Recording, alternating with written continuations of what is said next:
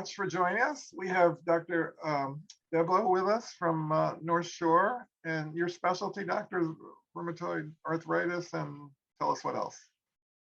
So in general is rheumatology. So that encompasses treatment of all forms of arthritis from the medical aspect. And then we take care of some other diseases such as lupus and vasculitis that also can create inflammation. Wow, cool. Well, thank you for joining us. We're going to talk today about rheumatology and heart disease, and it was something someone suggested as a topic this year, so we put it on our agenda. And I was surprised when I started doing the research, and I sent you some of that, about the correlation between heart disease. And one thing I found said 50 to 70% of people with rheumatoid arthritis have a higher risk of cardiovascular disease. People with osteoarthritis face a 24% higher risk for cardiovascular disease. Why is that? Do we know why there's such a high correlation? Well, there's probably a big difference between patients with rheumatoid arthritis and those who have osteoarthritis as far as the cause in relationship to heart disease. In rheumatoid arthritis, because there is so much inflammation that is systemic or throughout the whole body, we do think that that inflammation then leads to some changes in the blood vessels that would create an increased risk for cardiovascular disease.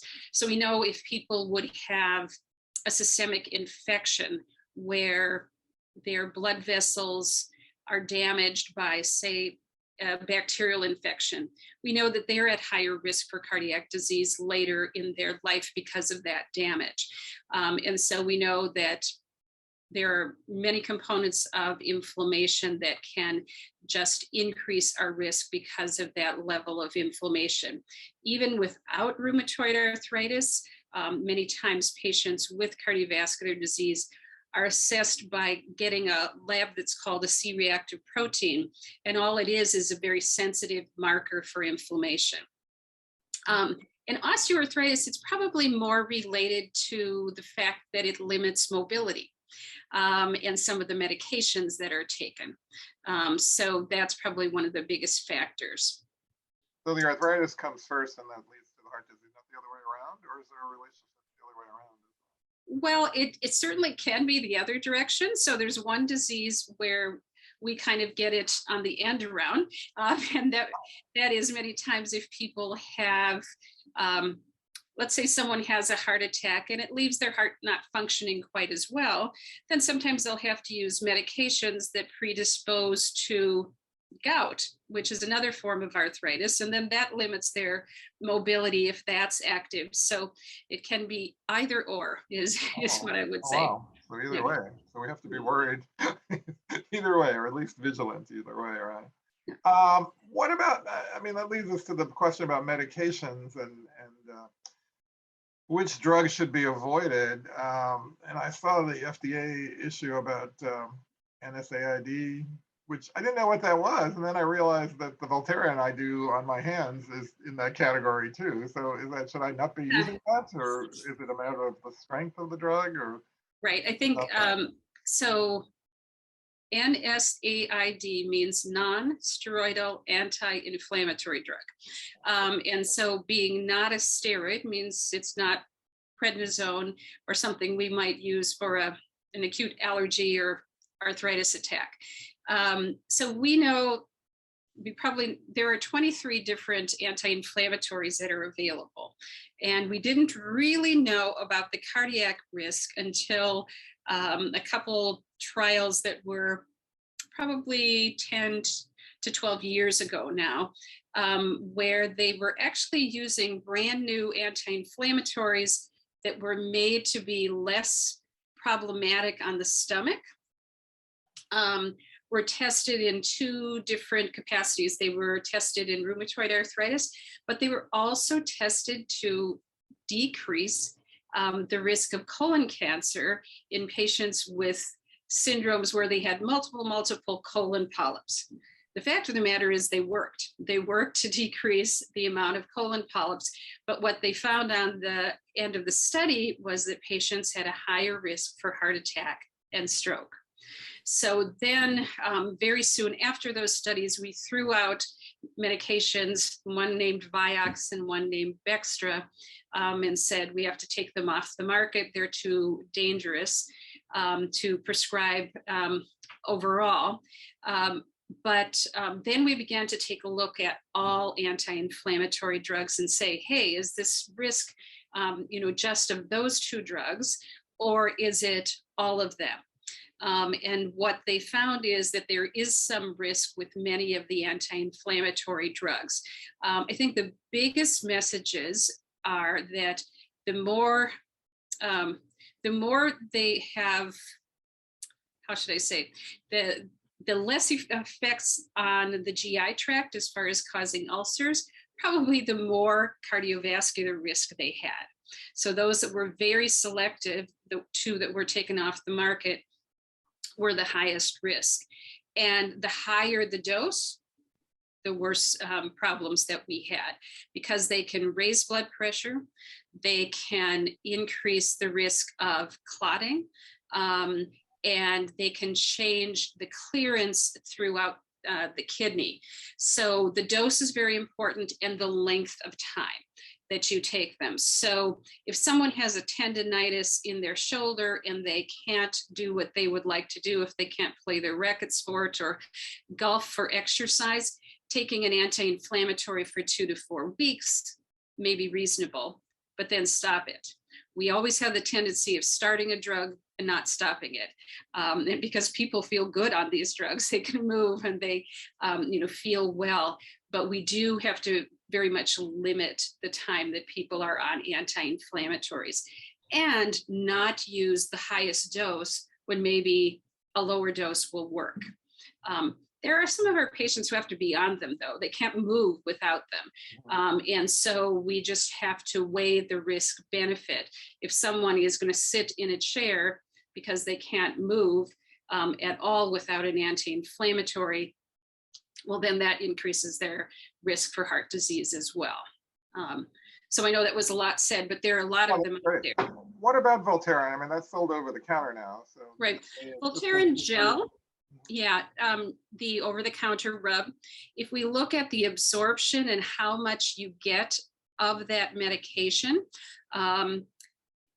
if you use the maximal amount on 2 joints at a time, 4 times a day, you absorb 5% of the maximum oral dose, just 5%. So it's kind of like licking a tablet. It is not very much at all. You do have to be careful if you have kidney disease, however. So if people have fairly limited kidney function, then we have to be careful. But it was put over the counter because it is lower risk. And so if joint pain is easily treated with a topical, that is much preferred over taking it by mouth. Right. I started using it because I found out I had tendonitis in my thumb. So I was a journalist, so I typed my whole life. And I thought it was carpal tunnel because I have so many friends with that. But my doctor decided it was tendonitis and he recommended the Voltaren, and it helps a lot. So so that's a much preferred way to treat. And actually, I suppose I shouldn't say recent white paper, but when we talked about how we treat osteoarthritis of the hands, the topicals were the favored therapy, both in this country and in Europe. So. And do these drugs interfere with blood thinners too? You mentioned clotting. I mean, I'm on warfarin too, and I've found in the last year that twice I've had to take antibiotics for different things. Both times they've sent my blood into strange new places, and I had to get warfarin checks every few days instead of every month. Right. So people who are on blood thinners like warfarin, or even the oral anticoagulants like clopidogrel and Eliquis and many other brands. I suppose I shouldn't use brand names, but people know them by those. And all of those agents, it's an absolute no-no. You can't take anti-inflammatories at full dose. So someone who might be taking, you shouldn't take ibuprofen or naproxen, which are Advil and Aleve. You shouldn't take any of the prescribed anti-inflammatories. And we as clinicians should be very careful about using those. Again, on occasion, we might use a very brief course, but it's increasing risk for bleeding. So. Oh, okay. And what about steroid drugs? I mean, I sent you in the list I sent you, there was something I found called prednisone. I think you mentioned that. What about that? Does that interfere with heart medications? So steroids are something that we actually naturally produce in our body. And so we produce something called cortisol. There's a little surge in the morning to get us up, and then another little blip in the afternoon to keep us going. So it's a hormone that we need every day. And when we give it in addition, kind of think of it as if we produce lots of hormone or cortisol hormone in our body, we produce it at times of stress. So if somebody's in a car accident, we always talk about, people going and lifting the car off of someone. Well, part of that surge of being able to do that and having the energy to do it is cortisol. But none of us can exist with stress every day. So steroids can do bad things to our cardiovascular risk in that it causes our blood sugars to go up, it can cause our blood pressure to go up, and it can cause weight gain.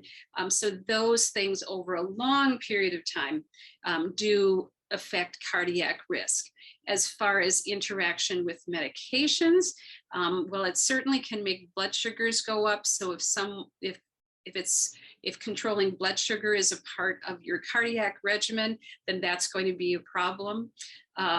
So again, we try to use the smallest dose possible and for the brief period of time.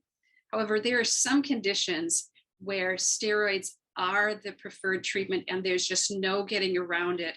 So then we try to use it again for the shortest amount of time and treat the symptoms that we have to that would come as side effects from the drugs. That's probably it's probably a vague explanation, but it's much more complex because the diseases get more complex that use steroids. And who would be managing that interaction? I mean, because we'd be seeing a cardiologist, we'd be seeing someone for the rheumatoid, whatever the arthritis, and then we all have GPs we go to. I mean, in my case, my GP usually keeps track of all the medications, and he'll tell me. Well, then you have a good GP, and I would heavily lean on the primary physician to help manage all those things. So if I'm treating someone with rheumatoid arthritis, again, we might use steroids up front, but try to get rid of them fairly quickly and use other medications to manage their inflammation. But I do need the internist to do a cardiovascular risk assessment, to make sure that someone has their cholesterol checked, that I know what other risk factors they have. And I lean on the primary to do that. If something is complex where a disease I'm treating actually affects the heart, then I need the cardiologist to help me manage that. There is one gentleman in particular who is a cardiologist here at North Shore who I think never sleeps, because anytime I ask Rob a question, he is always on the electronic medical record and types me an answer right away. So if I had about 100 different Robs, I think, that would make management easy. But a lot of times it is a group effort to manage those things, because on a daily basis, I don't prescribe cholesterol medications. I know all their side effects. I know my patients who will get into trouble, but I lean on the primary or the cardiologist to prescribe cholesterol medications. Mm-hmm. And to flip it around too, are there drugs for one condition that can help the other as well? Or?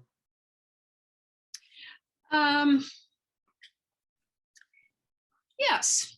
So, I think there are several areas where we know, one thing will help the other.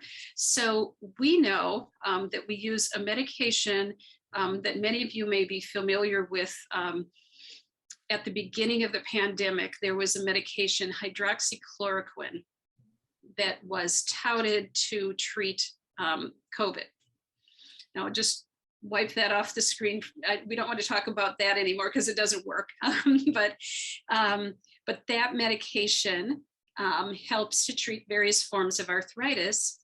And we know that it lowers blood sugars and it decreases cardiovascular risk.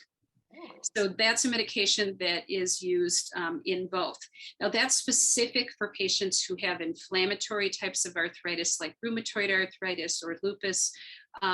It's rarely used in some of what we call the crystal-induced arthritis. It's not for everyday osteoarthritis that all of us are going to get. So, but that's one example. We know that if you treat, that if someone presents early with gout, so some unfortunate individuals that might have a risk early in their life, and there are certain ethnic backgrounds that actually predispose young men to gout. If we treat their gout with appropriate medications, their blood pressure goes down, their rate of heart failure goes down, and their rate of coronary artery disease goes down. We don't think it's the medication directly, but somehow it decreases their risk. So a lot of those things are good. And then we know some of our newer rheumatoid arthritis medication, if we get it started early so that we really, really control disease well, those patients have less chance of getting coronary artery disease and less chance of heart failure later in life. So there is some correlation to getting inflammation controlled and other treatments started early.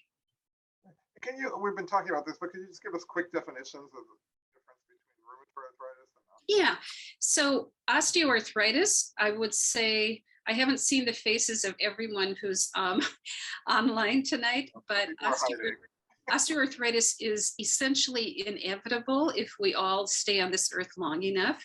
So it's said that if we take 180-year-olds in the room, that 100% of them will have some osteoarthritis, either that we can demonstrate on their exam or if we took some x-rays. So none of us are going to not have some wear and tear on our joints.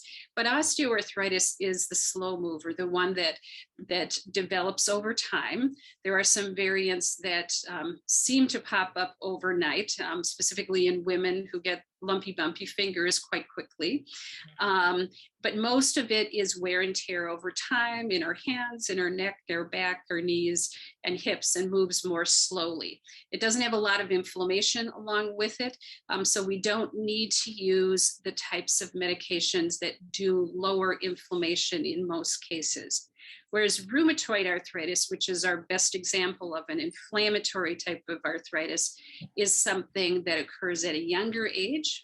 The average age of onset is 40 to 60. It hits females much more, 4 times more than men. So it's a 4-to-1 ratio. And there's lots of inflammation. Markers in the blood show a lot of inflammation. And so that's a disease where we use a great deal of medication to try to bring down the inflammation, from drugs like methotrexate, which is an old chemotherapy drug, to newer drugs that you see splashed all over the television ads like Humira and Cimzia, those Xeljanz, all of those types of medications are used to treat that. So there's a wide difference between those diseases that they present earlier and move faster with rheumatoid arthritis, whereas osteoarthritis is more over time. Does that make sense, or is that what you're looking for? Rheumatoid arthritis is more of a chronic condition that people tend to get earlier in life, right? I know I have a friend in her 30s who has it now. Correct. Yeah. So it can come, there are even juvenile forms as well. So you mentioned some of the drugs. Those drug commercials, I never quite know what some of those are for, but I know they make people happy in the ads. But what is ahead in terms of new drugs? Are there new drugs we should be waiting for, or just on the horizon that we should know about? Well, as far as osteoarthritis, if you could come up with that drug that actually slows the progression, we would love it. But we truly do not have a medication that slows the progression of osteoarthritis to this date. There is not a single drug that that slows progression. We use things to control pain. We use medications to control inflammation intermittently, but there's nothing to slow the progression. And there's only one modality that has been known to slow progression of osteoarthritis. I'll let people guess if they have any ideas of what that is. Any guesses? Put it in the comments. No? I'm not seeing it. All right, just tell us. Nobody's willing. So the only thing that has been shown to slow the progression of osteoarthritis is a 5-kilogram weight loss, or an 11-pound weight loss will slow the progression of osteoarthritis in weight-bearing joints by 50%. So we do know that weight loss is really closely correlated with progression of osteoarthritis, but no medications. Wow. Well, that's one more reason for me. I've lost 3 pounds since the beginning of the year, so I better keep going. Well, that's not the case for most of us during COVID, so good for you. But, I'm having my second COVID booster tomorrow, and usually I'm in bed for 4 days after that. So that's been helping me lose weight, actually. So I'm expecting to lose more pounds this week. All right. Go ahead. I'm sorry. Were you going to say something else? Yeah, I see some things in the chat box. Yeah, I was just going to turn to that. Go ahead. Okay, so it says if you have all the cardiac markers, homocysteine, C-reactive protein, should you be seen by a rheumatologist as well? And I would say not necessarily, because unless you have clear symptoms of a type of arthritis, we won't be giving you any medications to treat the C-reactive protein. So you really have to have symptoms that go along with it. And you say, what are the symptoms of arthritis? Just joint pain?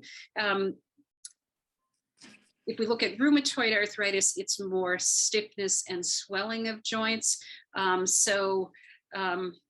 Rheumatoid arthritis is worse when you rest, which is different from plain old wear and tear or osteoarthritis.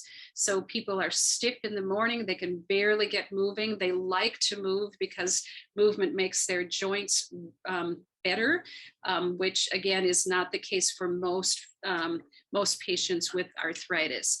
So yes, you do have to have symptoms. Even if you have some of the blood tests that are positive in our types of arthritis, we won't tell you you have rheumatoid arthritis unless you have physical evidence of that. Something in the chat. Yeah, and someone else said cardiac sarcoidosis. So sarcoidosis is it's a fairly rare illness, probably being recognized more for those patients who have cardiac sarcoid. It is called a systemic connective tissue disease because it can affect different systems throughout our body. There can be involvement of the skin, involvement of the joints, involvements of muscles. People can have neurologic involvement. And then some people can have heart involvement.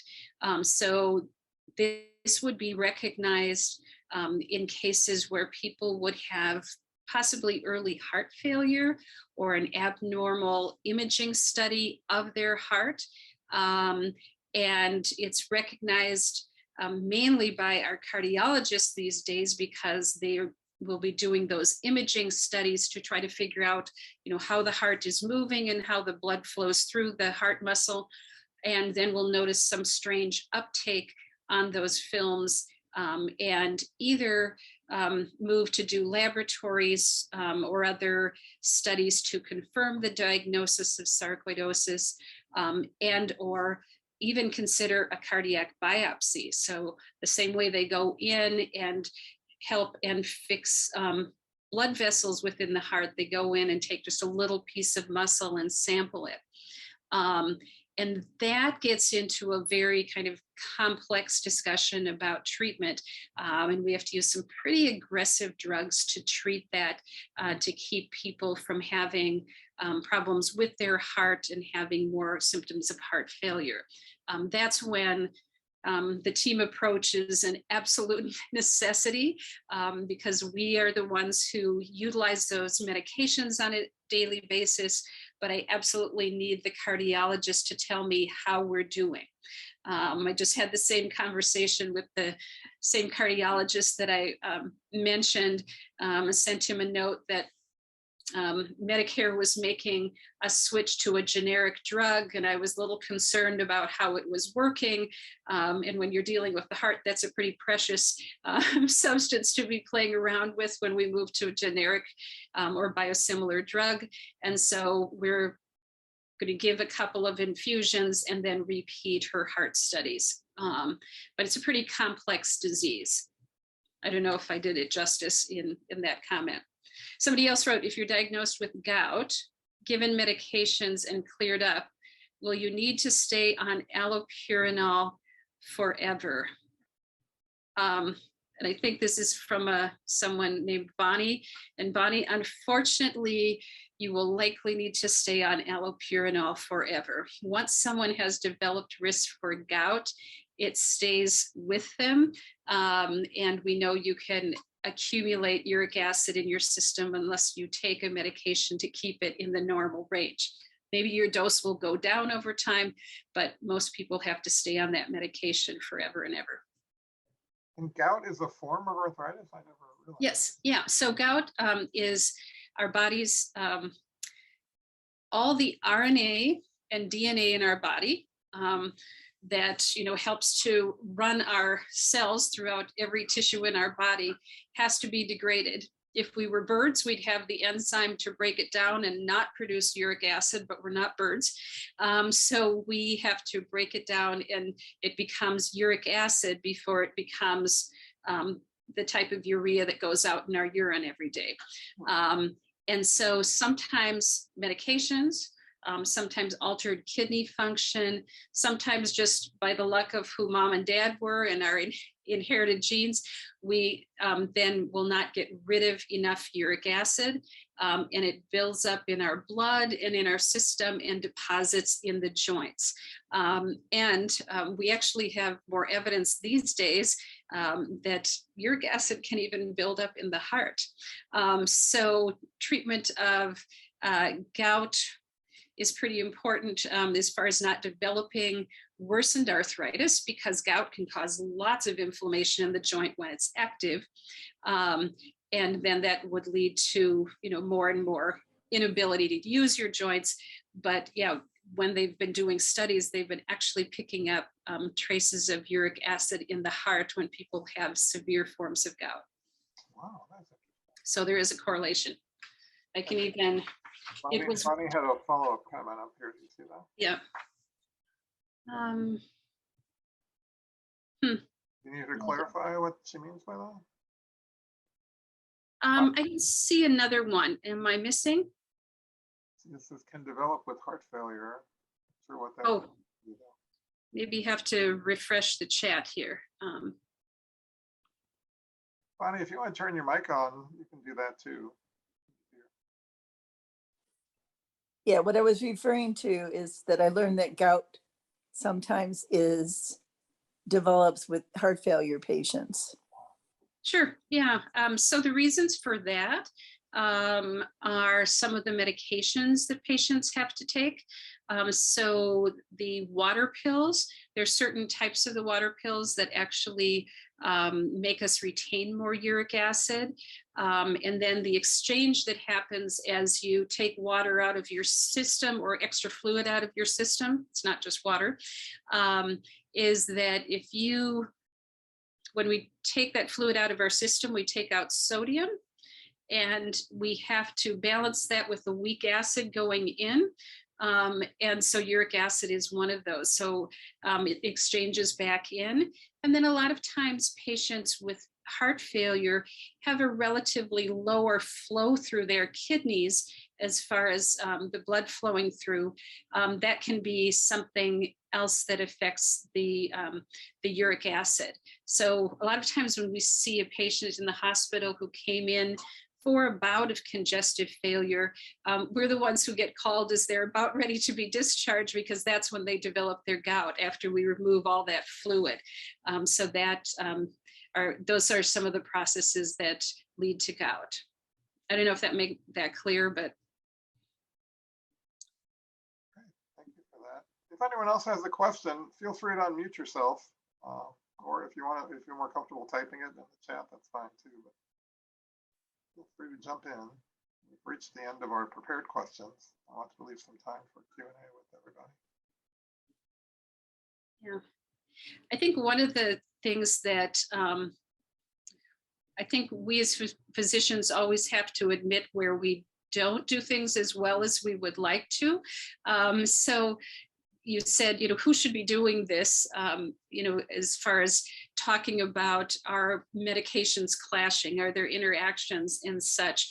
I don't think in the past that we had really assessed cardiovascular risk in rheumatoid arthritis very well until we started to see people live longer with rheumatoid arthritis.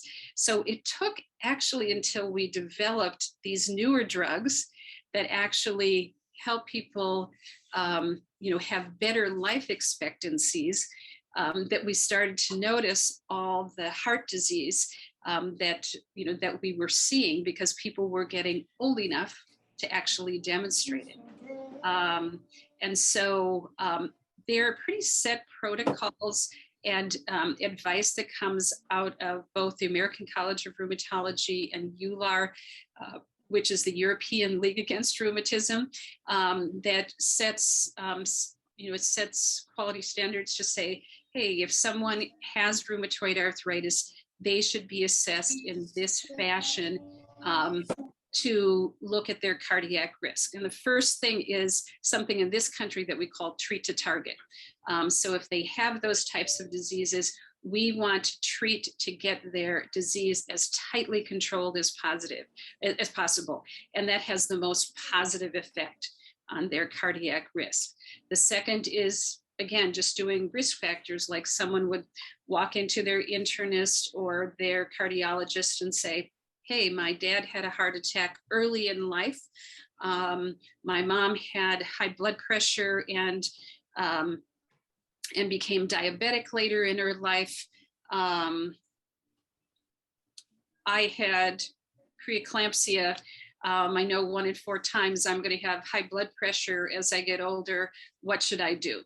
So those are types of assessments that would go on in any patient, but that absolutely should be done in our rheumatoid arthritis patients, and probably earlier in their life. And then take a look at medications and decide what risks someone might have. There are a couple of our anti-rheumatics that raise blood pressure.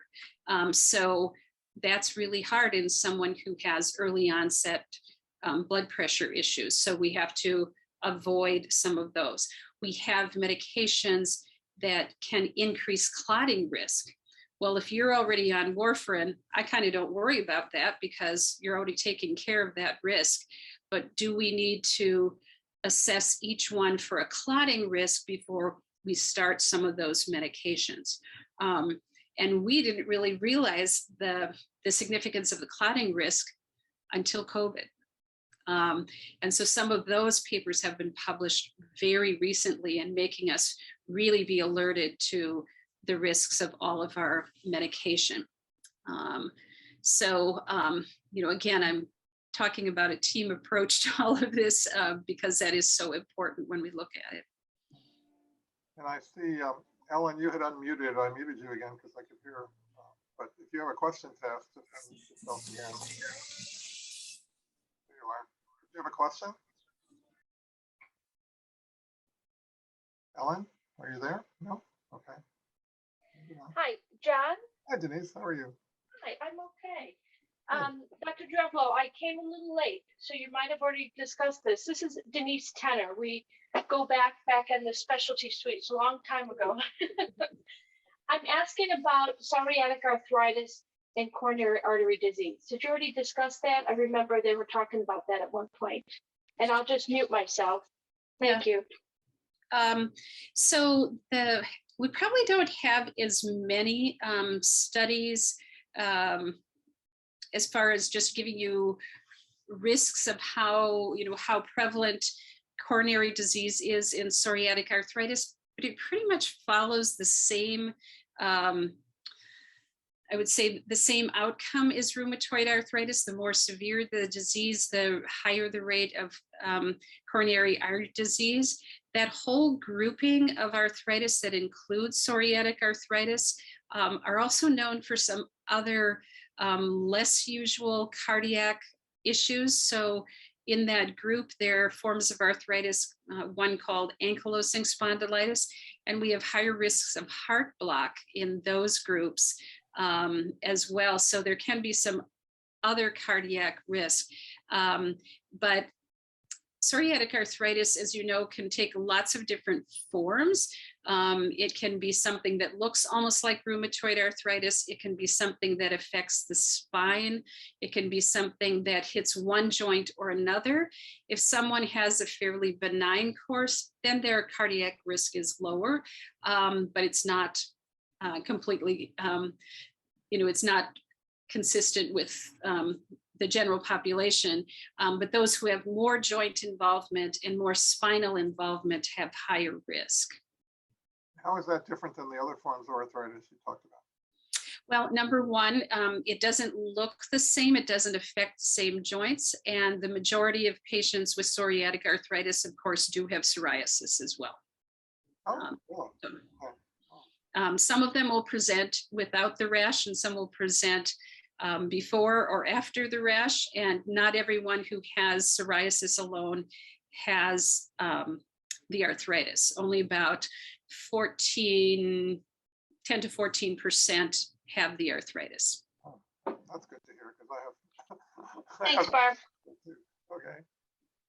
Thank you. Other questions? As I said, just feel free to unmute yourself. I have a question. Sure. Sorry, it's Maureen. My internet died, so I had to pick up my phone. I thought I read somewhere that rheumatoid arthritis was on the spectrum with like all the other autoimmune diseases like diabetes and vitiligo, ITP, APS. Is that true? Yeah, we do.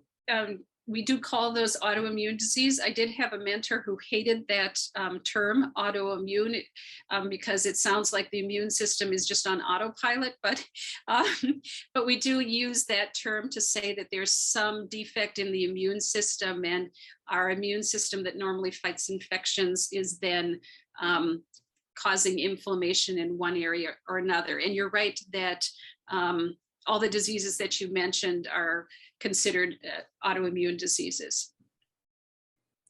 So like if I have one and I know I have it and then I have really bad joint pain, do I assume that then that's rheumatoid arthritis, or could it just be arthritis from use? It could be just arthritis from use. Okay. We certainly do see rheumatoid arthritis in combination with, say, thyroid disease or vitiligo, but a lot of patients have adult onset diabetes or type 2 diabetes, which has less of an autoimmune quality than juvenile diabetes. And those patients who have the later onset or type 2 probably have more of an incidence of osteoarthritis and crystal-induced disease that affects their joints than rheumatoid.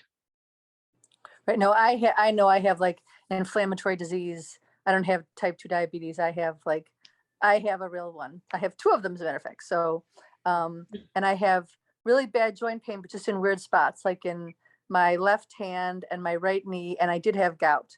So I had just never really thought about rheumatoid arthritis. I just assumed it was from use. But as you talk about these things, I'm thinking, well, maybe I'm like missing something here, since I know that I have the whole inflammatory process going over big time. Yeah, so rheumatoid arthritis tends to be very, very symmetric. It's the same on one side as the other, and it affects small joints first. So small joints of your hands, your wrists, large joints are involved later. So someone who involves a knee early, we'd scratch our heads a little bit if we were thinking that was rheumatoid arthritis. So. But it's symmetrical. So like it shouldn't just be my left hand that bothers me. It should be both hands. Yep, usually both hands. Oh, okay. Thank you. Is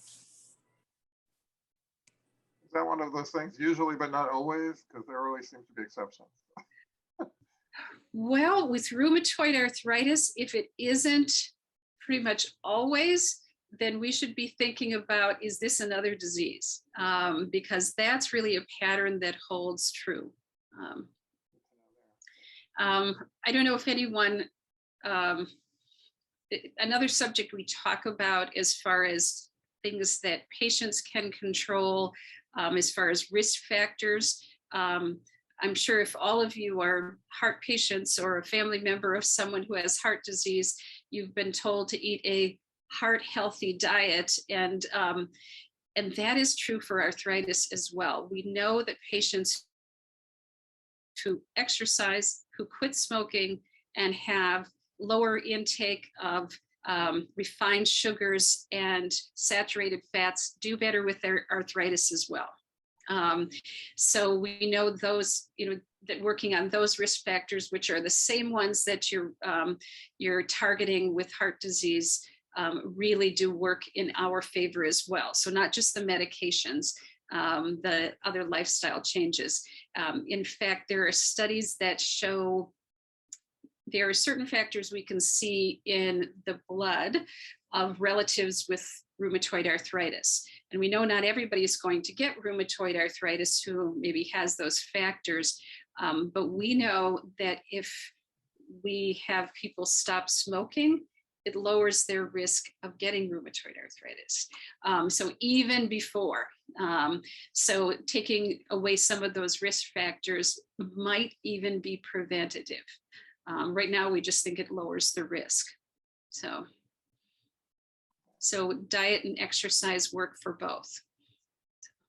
My blog address in the chat, because that's what I write about, eating heart healthy. So yeah, check out there. And I also put my email, because as I mentioned earlier, we are looking for folks to volunteer for chapter leadership next year. That's why I have this graphic up behind me, this follow me graphic. So my email address is in the chat as well.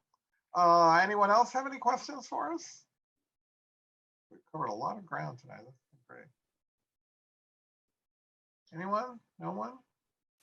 Okay. Doctor, some final words, or what final advice would you give us about keeping track of all this?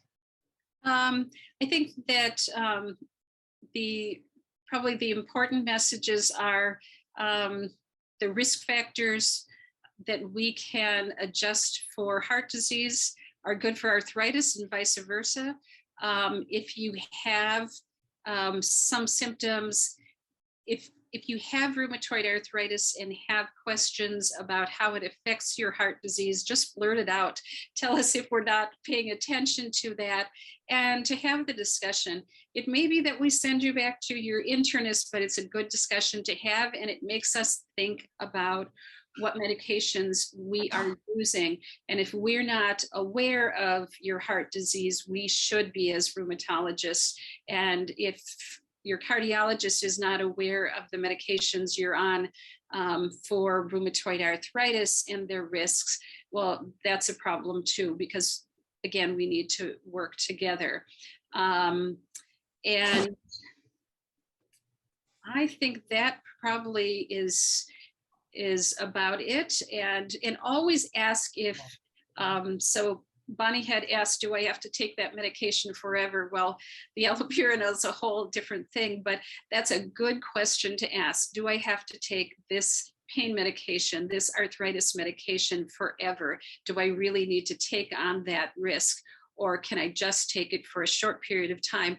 Is there something else I can use for my arthritis that will help me with the pain and symptoms? I'm sorry, I have one more question. Sure. So, and I missed a bunch of this call because of my no internet, but So if you already explained this, I'm sorry, but whether it's osteoarthritis or it's rheumatoid arthritis, the result is you have joint pain, correct? And in both cases, it's joint pain because of inflammation, right? Or no?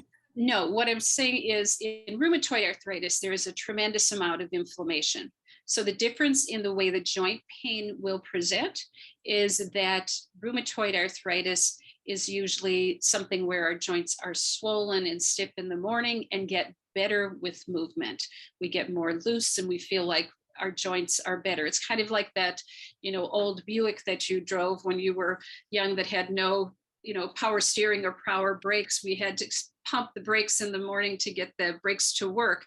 And that's kind of how our joints work. We need to pump them and move them back and forth to get rid of the fluid. And that happens in rheumatoid arthritis. In osteoarthritis, there gets to be more wear and tear of the joints, and more we use them, the more pain we have. And so we need to then kind of decide how we modify or what movement we can do to keep being active. And there's not a lot of inflammation in osteoarthritis. So then my corollary question is, even though they both cause joint pain, the treatment for them are very different? Very different. You may have missed, there is no medication on the face of this earth at this moment that slows the progression of osteoarthritis. So there's no prescription that I would give every single patient, every single visit who has osteoarthritis. Whereas rheumatoid arthritis, we have numerous medications that help to slow the progression. I missed that, I'm sorry. Yeah. Thank you.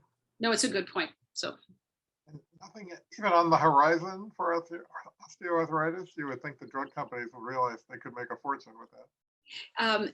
Absolutely. About 10 or more years ago, the NIH had sent out teams to work on about 27 different medications when the studies began to develop what we called DMODs, or disease-modifying osteoarthritis drugs. Every single one of them failed or caused side effects. It was so disappointing to see that nothing that was put out there really made a difference. They continue to work and continue to look at medications that might help or might be given intermittently. And I think there are some signs, a little, smoke on the horizon, that there are a few things that are working for certain types of osteoarthritis. Some of them are medications that we use in rheumatoid arthritis on a regular basis that might be used just very intermittently. And there's some medications that we use for gout, something named colchicine, that has actually shown a decrease in rate of coronary artery disease in some situations. So who knows, some of those things that we've stumbled upon may be used more in the future. It is a bit ironic that medical science is keeping us alive longer. You mentioned, in my case, heart disease.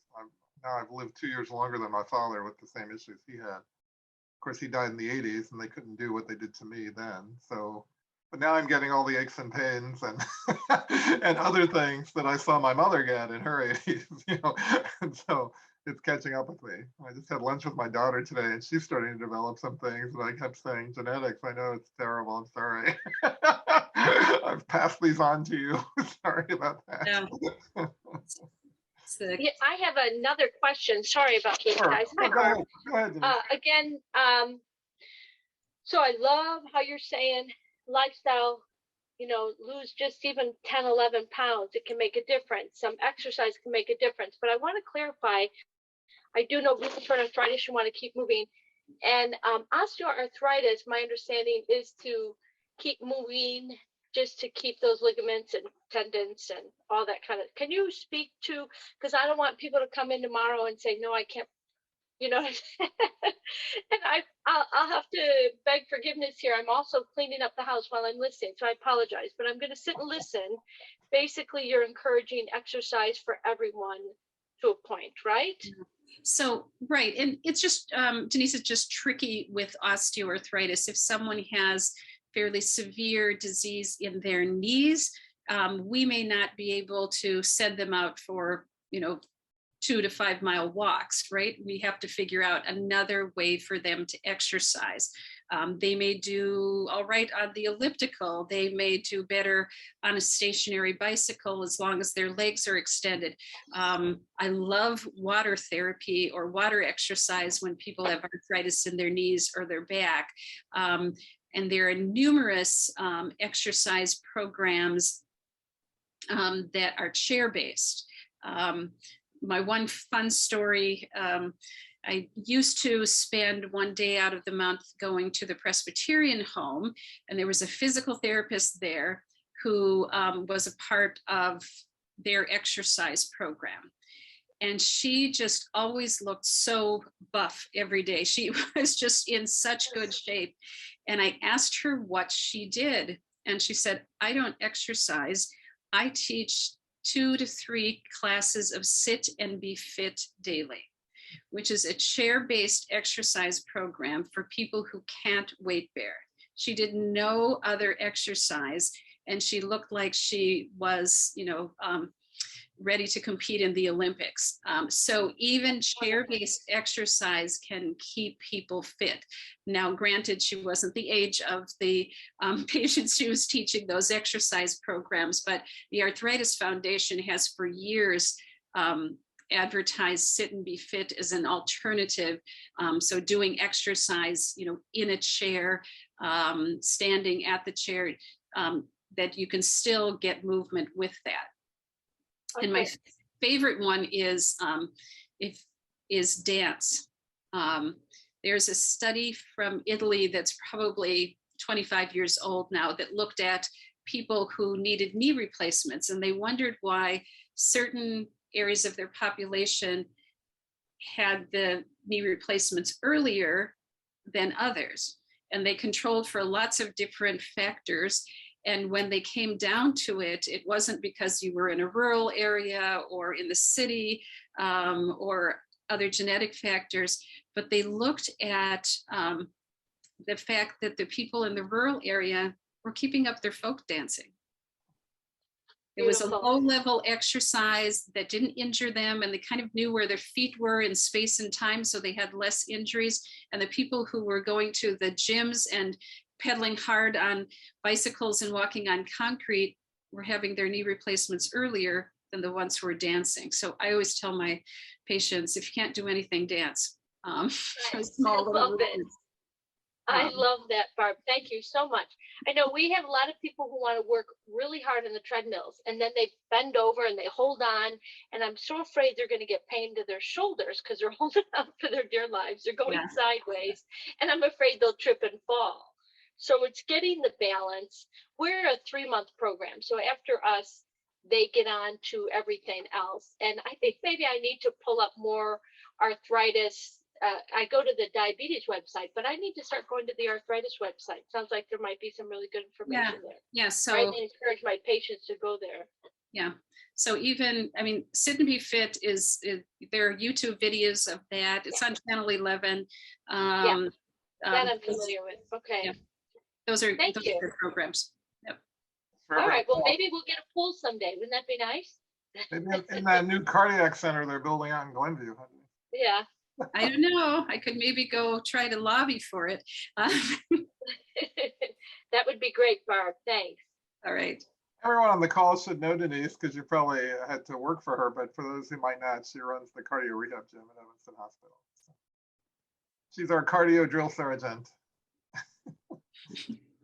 And we just had a speaker a few months ago who did chair yoga with us. So we got a little insight into doing that. Sure. Yep. Any other questions, comments, insights? Everyone feel like they're up to speed on this topic now? I think so. Well, great. Thank you so much, Doctor. This was great. All right. Round, and I'm glad you could join us. Thank you for joining us. All right. Well, thank you for having me. Okay. Goodbye, everybody. And don't forget, email me if you want to join our leadership for next year. got a lot going on. We're going to go back to visiting patients, and hopefully we're going to go back to in-person meetings by the end of the year, depending on which variant we're talking about at that point. But that's our goal. So thanks, everybody. Have a great night. Great. Bye-bye.